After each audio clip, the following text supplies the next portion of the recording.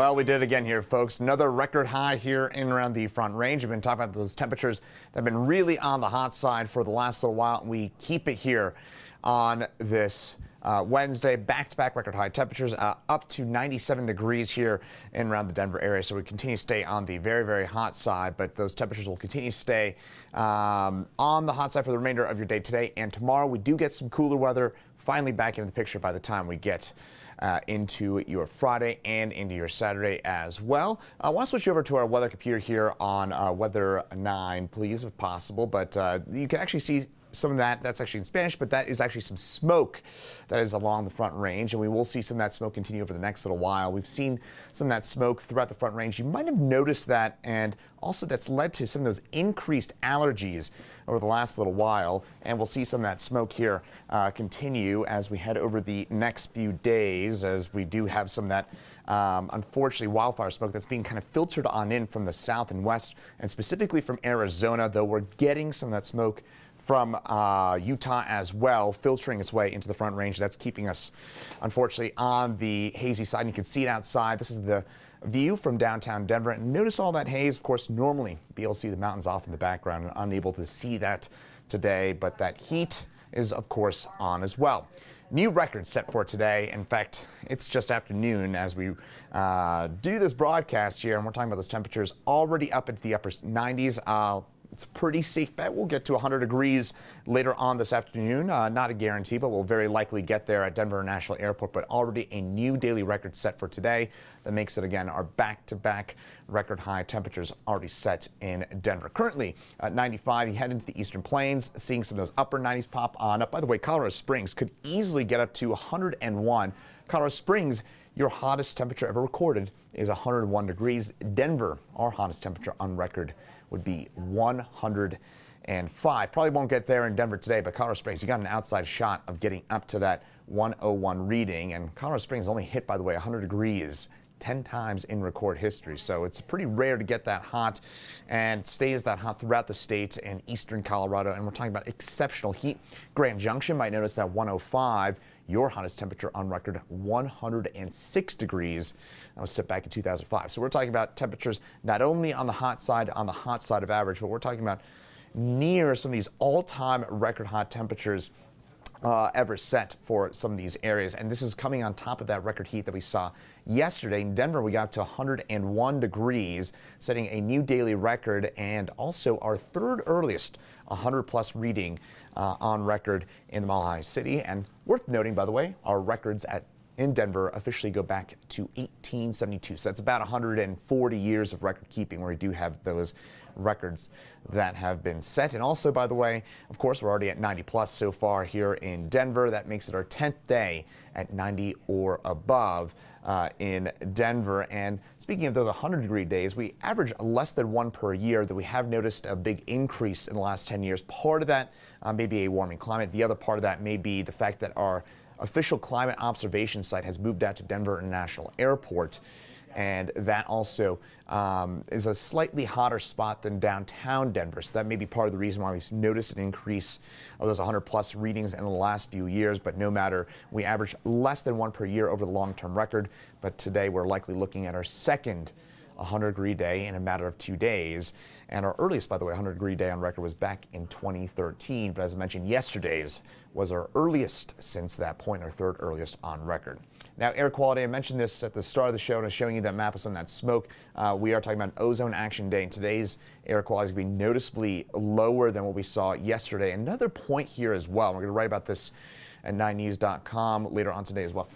If you've been sneezing a little bit extra, or if you've noticed some of those allergies kicking on up, that is directly correlated with this increased ozone that we're talking about along the Front Range. What happens when we get these really hot temperatures like what we've been talking about this week is we get a very strong area high pressure that basically keeps all that soot, all those pollutants right at the surface. And because of the high pressure, there's nowhere really for it to go. So it stays trapped at the surface. So that's why, if you're watching us from Denver or throughout the metro area and throughout the Front Range, you're noticing maybe some of those increased sneezes. I can tell you firsthand, I've been sneezing a little bit extra myself this week and had a bit of an extra runny nose. That is related to the hot temperatures, and specifically it's to the ozone and what's causing those hot temperatures. That's why we're seeing some of those added allergies this week. Meantime, smoke, it's going to be a bit more concentrated into southern Colorado this evening as we start to see this ridge of high pressure bring down some of that smoke into southern Colorado, so the San Luis Valley,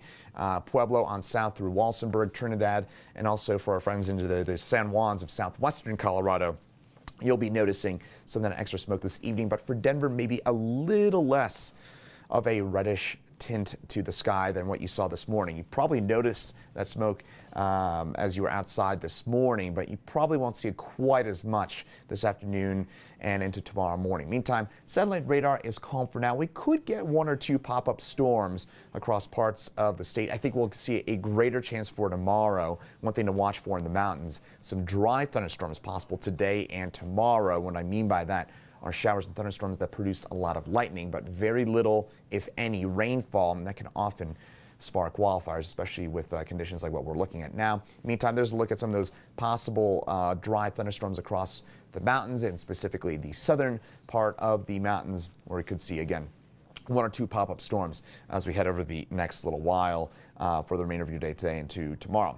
Speaking of tomorrow, we're still hot, but we have that chance, an outside chance at a thunderstorm during the afternoon and evening hours. I think the chance will be a bit greater as we head up into the mountains, but in Denver and throughout the Front Range, there's about a 10-20% shot of a shower or a thunderstorm. Our first real meaningful chance for a shower or thunderstorm since the weekend, since we had that big storm over our Cherry Creek Reservoir back on Sunday. Temperatures close to triple-digit readings. By the way, tomorrow's record high for Denver is 98 degrees, so we'll be right around there. So we could be talking about back-to-back days of record highs. And speaking of that forecast for tomorrow, there's a look at how it looks in terms of those temperatures. Yeah, it's hot throughout the day. Certainly get that morning jog, that morning walk, that evening stroll done more on the fringes of the day, as you want to avoid some of that peak heating. But notice that's to me one of the greater parts of this heat. Notice tomorrow evening, still at 7 o'clock, it's still 91 degrees. But as I mentioned, there is relief on its way.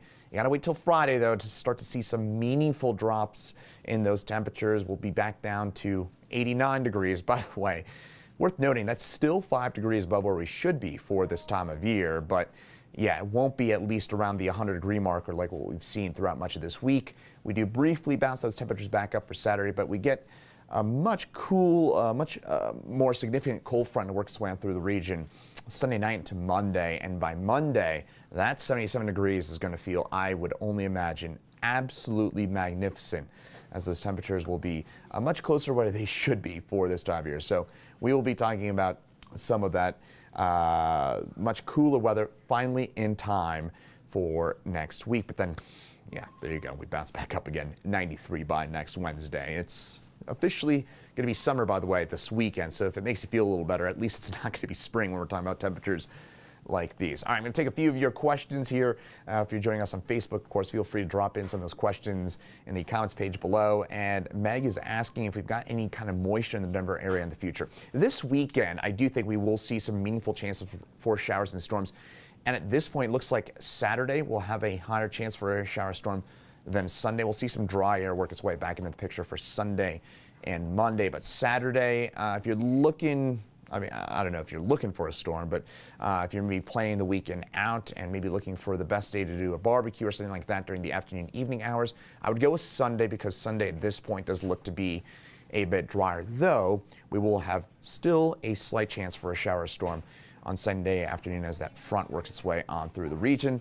Danette is saying that her allergies are brutal right now. Again, I can tell you that firsthand. We've had a whole lot of sneezes here in the 9 News newsroom, and I can tell you at home I've been sneezing like crazy as well. Is just all that soot, all those pollutants that are just trapped in at the surface thanks to that high pressure that is continuing to keep us not only so hot, but also keep that air quality on the lower side. So the 10-day forecast looking out for the weekend of the 25th, that's a little far out there, but we're generally going to keep this hot and dry pattern in place for the next little while. So you notice how those temperatures bounce back up into the mid-90s by the middle part of next week. That's an indication that next week does appear to trend, especially for the middle and end part of next week, appears to be trending on the drier and on the hotter side. In the meantime, again, Sunday and Monday, if you're looking for some of those cooler temperatures and maybe you don't want to be sweating like crazy in the middle of the day, again, I think Sunday and Monday will be much better days for that. And by the way, we'll also notice some increased, or I should say some improved air quality by Sunday and Monday as well. So certainly some better weather on the horizon, at least if you don't like the stifling heat. I don't know that many people who do, but hey, at least it's not that wicked heat and humidity like you talk about out east, where you get those temperatures like these and then you get the humidity in there and it's just really awful. It's not gonna be like that. So again, definitely a bit better weather on the horizon. Thanks for joining us here on 9 News Watch. I'm meteorologist Chris Bianchi.